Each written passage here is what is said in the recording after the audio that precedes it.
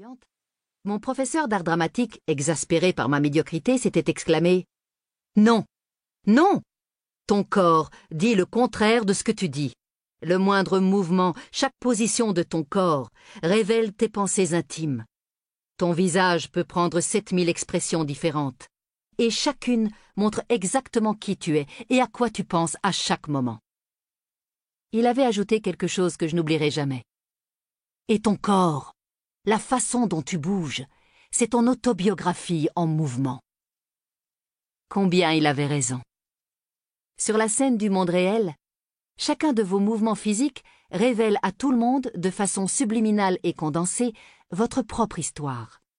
Les chiens entendent des sons que notre oreille ne peut pas détecter. Les chauves-souris voient les formes dans le noir complet, ce dont nous sommes totalement incapables. De même, les gens font des mouvements qui échappent à la conscience humaine, mais dont la force d'attraction ou de répulsion est incroyable.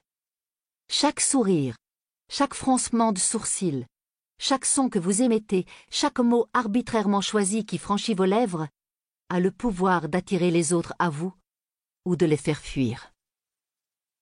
Vous, les hommes, est-ce que vous n'avez pas senti un jour ou l'autre qu'il fallait foncer? Et vous, les femmes, est-ce que votre intuition féminine ne vous a jamais poussé à accepter une proposition ou au contraire à la refuser? Au niveau conscient, nous ne savons pas toujours identifier le pressentiment.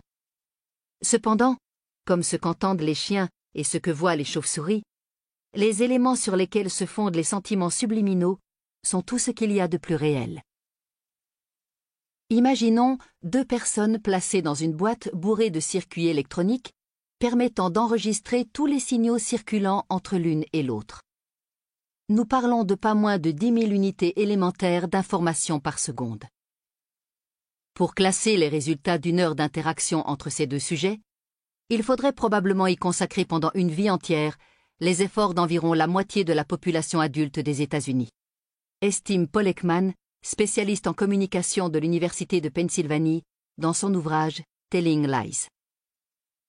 Étant donné ces milliards d'actions et de réactions très subtiles qui s'échangent entre 2 êtres humains, peut-on trouver des techniques concrètes permettant de rendre toutes nos communications claires, fiables, crédibles et charismatiques? Déterminé à trouver la réponse, j'ai lu pratiquement tous les livres déjà publiés sur l'art de la communication, le charisme et l'alchimie entre les êtres.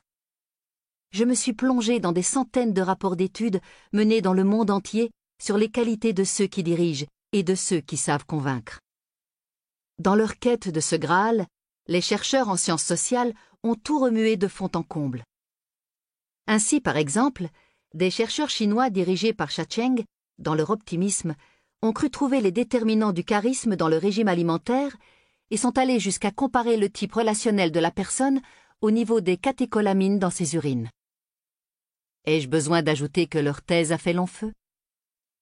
La plupart de ces études n'ont fait que confirmer les thèses d'un grand classique publié par Dale Carnegie en 1936, « Comment se faire des amis ».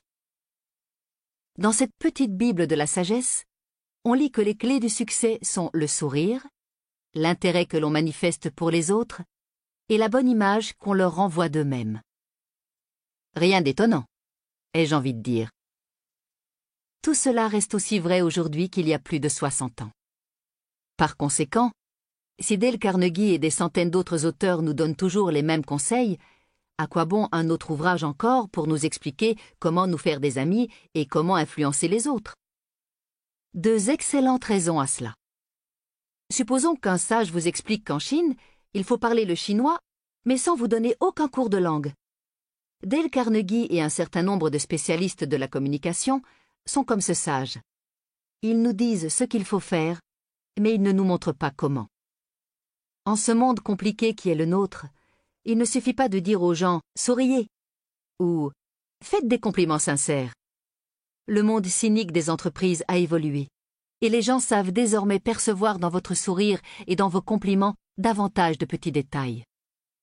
Les personnalités accomplies ou attractives sont entourées de flagorneurs souriants qui font semblant d'être passionnés et qui rivalisent d'obséquiosité.